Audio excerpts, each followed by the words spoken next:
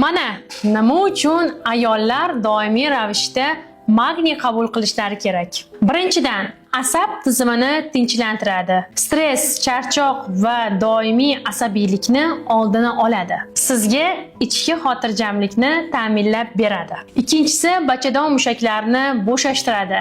Ya'ni spazmlarni, hayz davridagi og'riqlarni oldini oladi. Uchinchisi, uxlab qolishi va tezlik bilan uyquga ketishi ta'minlab beradi. Magniy melatonin gormonini ishlab chiqarganini hisobiga siz magniyni uyqudan oldin qabul qilsangiz, sizda tezlik bilan uyquga ketish va chuqur uyquda uxlashingizni ta'minlab beradi. To'rtinchisi, suyak va mushaklarni mustahkamlaydi. Kalsiy bilan birga ishlaydi va osteoporozdan himoya qiladi. Ya'ni tanangiz mustahkam va harakatlaringiz yengil bo'ladi. Ledilarim, tanangiz sizni his qilishi uchun unga kerakligini bering. Shu kabi foydali ma'lumotlar uchun hoziroq menga obuna bo'ling.